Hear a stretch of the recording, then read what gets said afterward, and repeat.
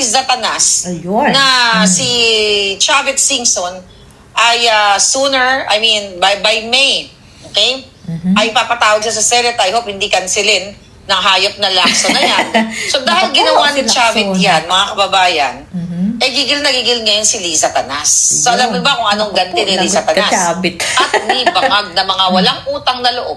So ayaw nilang tigilan ngayon ang mga negosyo ni Singson. Ganyan talaga ang gawain nila kahit sa Davao. Huwag niyong mamaliitin. Liza Tanas, huwag mong mamaliitin. Huwag ka daw masyadong magkampante. Liza Tanas. Okay?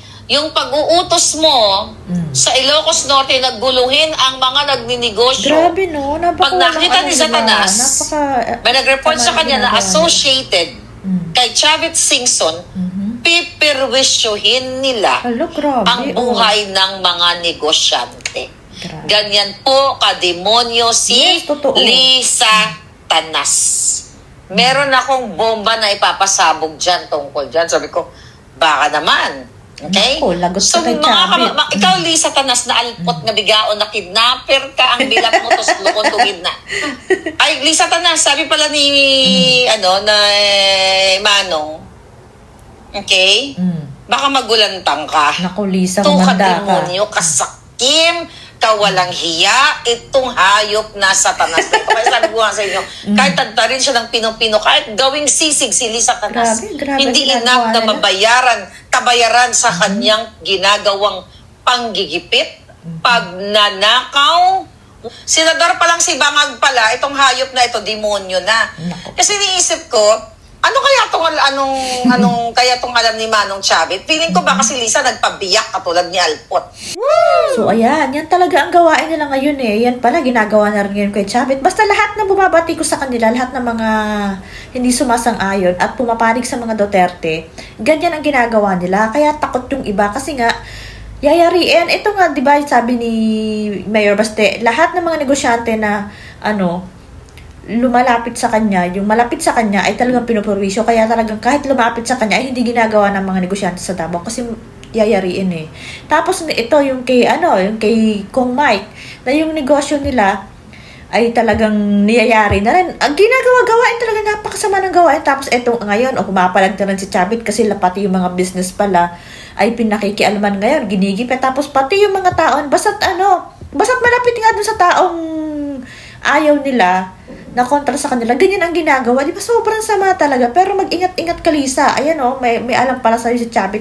Yan ang hinihintay natin na kung pasasabugin ba yan o ano. Kasi kung magpapatuloy yan, ay lalabanan sila niyan. Kasi sabi nga niya, pag nagsalita ka, panindigan mo, sabi niya ganun. Kung ano yung tama at yung talagang alam mong sa matuwid, panindigan mo. Yan daw yung sabi ng ama niya, sabi ni Chavit. Kaya naku, handa kayo, hindi basta-basta yan si Chavit. Chavit Singson, isisiwalat ang baho ni Liza Tanas. Naku po, kasi mga kababayan, narinig nyo naman na ginigipit talaga ng Marcos Bangag administration at Liza Tanas yung mga negosyo ni Manong Chavit Singson. Naku, si Manong Chavit pa ang niyari. Hinahanapan ng butas, tinataniman ng kaso, siya mismo nagsiwalat niyan. Ang dami niyang mga press con dyan.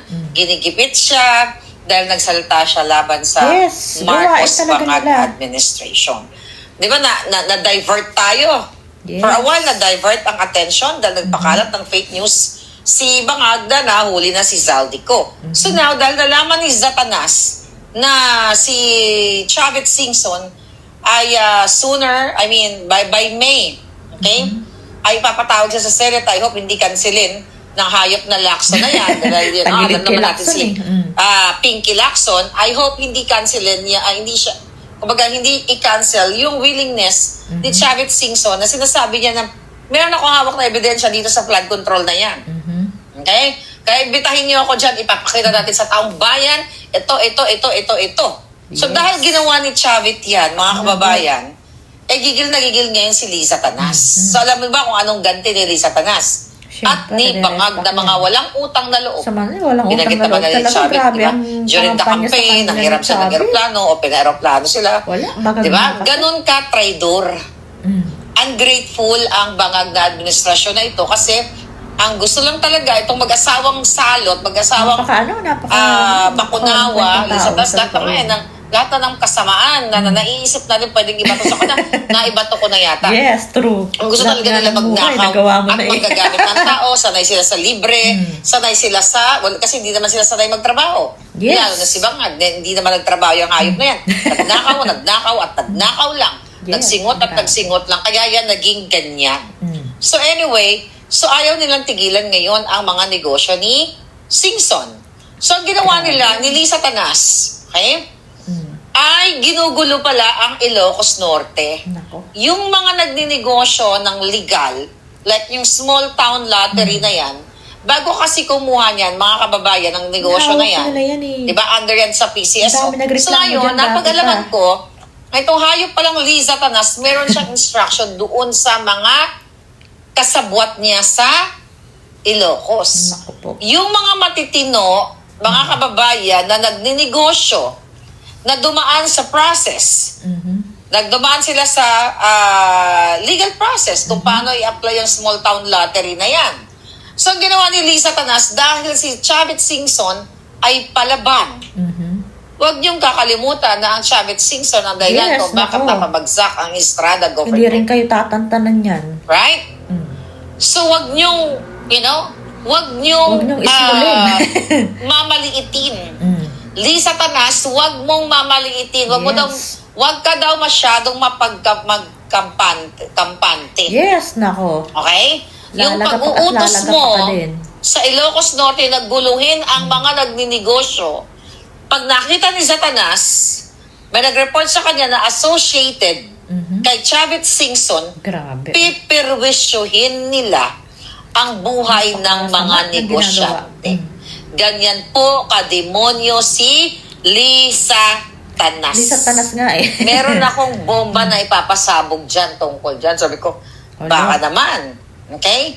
So, ikaw Lisa Tanas na alpot na bigaon na kidnapper ka, ang bilat mo tos grabe, gigil-gigil to kay Lisa. Ay, Lisa Tanas, sabi pala ni, Manong, okay? Baka magulantang ka. Pasabugin na yan. Alright. Ito naman kasi si Manong pabitin. Paano ba yan, Manong? Nagpukpok ba siya?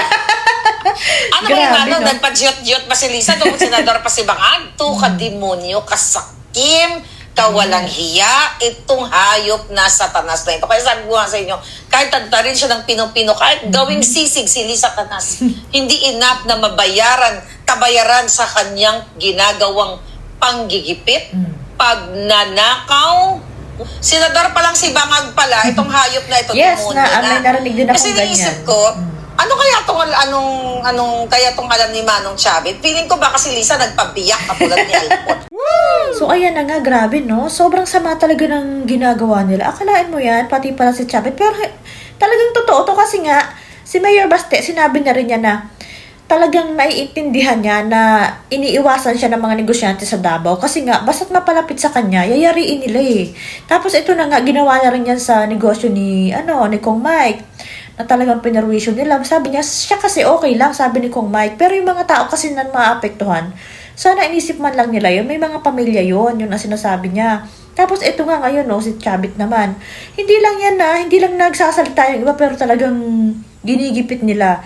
Basta't kumampi lang dun sa mga Duterte or sabi nga ni BP Sara, hindi na siya kumakausap ng mga politiko at nadadamay lang. Talagang dinadamay nila, di ba wala namang ginawa sa inyo masama yung mga tao, lumalaban naman ng patas, saka hindi naman sila yung talagang kalaban nyo, talagang walang magagawa kung mahal nila yung tao yun or sila, parang malapit sila doon, di ba? Tapos yan, gigipitin nyo ng gano'n, napakasama sa bagay. Patatapos din naman yung kasamaan yung yan, kita mo, si Chavit, may alam pala siya kay Lisa, tapos gaganyanin mo. Dapat mag-ingat-ingat din kayo sa mga taong may alam sa inyo. Kasi hindi basta-basta aatras niyan si Chavit sa inyo. Matagal nang mayaman yan. Kung kayo sobrang pera pa, kahit pa paano, makakapitik yan sa inyo. At saka sabi nga niya, ang pinakang tinatandaan niya yung sinabi nung ama niya na, kung anong sinabi mo, panindigan mo. At kung ano yung alam mong katotohanan at totoo, yun ang panindigan mo, yun ang sinasabi niya. Kaya sabi niya, pag nagsalita ako, hindi ako aatras, sabi niya ganon. Ilang beses niya sinabi, tapos siya na kinukulit talaga niya si Lacson na, may alam ako, kailangan kong sabihin to, kailangan malaman ng taong bayan to kasi nga inisa-isa ko yung mga project sa yung project doon kila Charis. Yun, kila anak ni BBM, 'di ba? Yun, talagang inisa-isa nila yun, kaya nagpipilit siya na magtitistigo talaga siya doon sa kaya nga lang tagilid kay Lacson, 'di ba? Tapos ngayon parang nagkakagulo kasi nga si Remulla ay hindi pinapaalis. Gustong umalis ni Martin Romualdez na basta hinarang ni Remulla. So hindi natin alam kung pakulo lang nila to o talaga nagkakalaglagan na kasi biglang lumabas si Martin Romualdez bigla siyang nag-speech. Ngayon, kalat na kalat ngayon ngayong araw na to. So yan, grabe. Hindi talaga maganda ang ginagawa. Dapat, wala na talagang ibang paraan. Dapat mawala talaga sa pwesto tong bangag na to.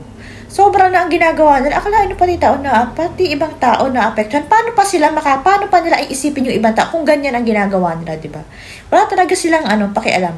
Puro pansarili, puro pagnanakaw. Lahat ng wala sabi nga nito ni lahat ng mura na ibatunan niya, lahat na ng kasama na sabi niya dun sa mga bangag na yun, sa mag-asawang yun, lalo na kay Lisa. Talagang dapat talaga tinatapos na itong mga taong to. Mawala na talaga dapat sila sa pwesto. Kasi sa Pilipinas, sabi nga ni Maharlika, sa galit niya, parang maparusahan lang kayo kahit ialay ko na yung buhay ko Okay lang. Parang ganun na yung sinasabi niya sa sobrang galit.